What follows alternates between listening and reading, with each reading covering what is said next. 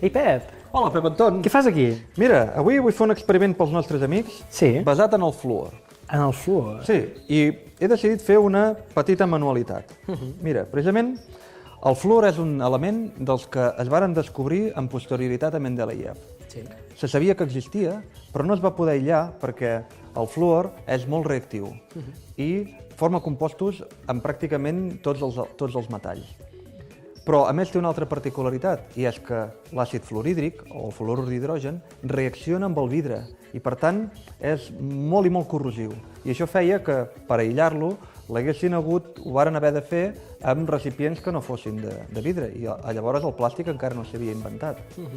I aquí farem un experiment, però en lloc de fer servir àcid fluorhídric, que és molt tòxic i molt perillós, fins i tot pels teixits vius, farem servir un preparat que ja és per gravar vidre.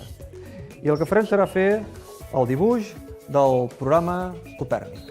Molt bé. Sí? Vinga, Mira, vull veure això. l'àcid fluorhídric ataca el vidre però no ataca el plàstic.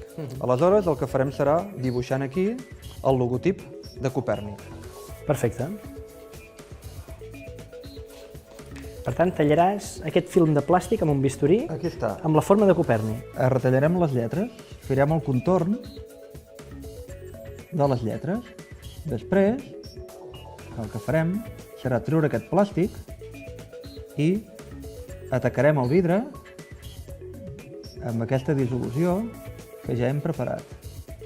Aquest experiment en principi no és perillós, el més perillós de tot és aquest instrument. Seguim tallant les lletres.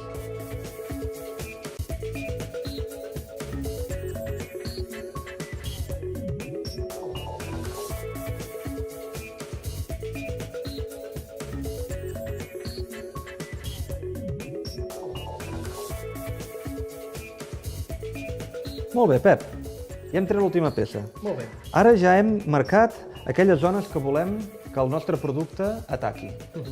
Recordem que el plàstic no l'atacarà. Podem fer el dibuix que vulguem, però avui hem fet aquest.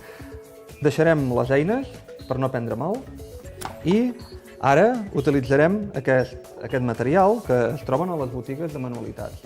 I és després per marcar el vidre. Es poden marcar copes, es poden marcar gerros, etc. No és molt perillós, però per si de cas ens posarem guants per manipular-lo. Molt bé. Vale, doncs el destaparem. Mira, és de color rosa perquè es vegi molt bé allà on estem aplicant el nostre producte. I amb un pinzell, senzillament el que fem és aplicar-lo en aquelles zones que vulguem que quedin marcades. Així tindrem un vidre glaçat? Tindrem un vidre glaçat. Fixa't que aquest material té una textura prou consistent com perquè el puguis aplicar amb un pinzell. Si féssim servir l'àcid fluorhídric, és molt més difícil de manipular. A part d'això, és molt més tòxic i hauríem de fer-ho sota una vitrina. Molt bé, ja està. Anem a treure aquest producte, a veure com ha quedat.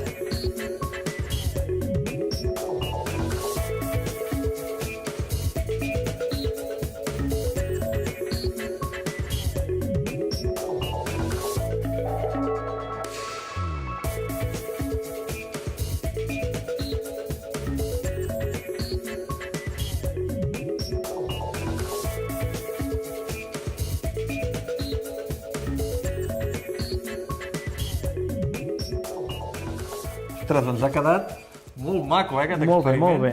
I a més és un experiment senzill que podeu fer a casa. Amics, espero que us hagi agradat. Fins la propera. Fins la propera.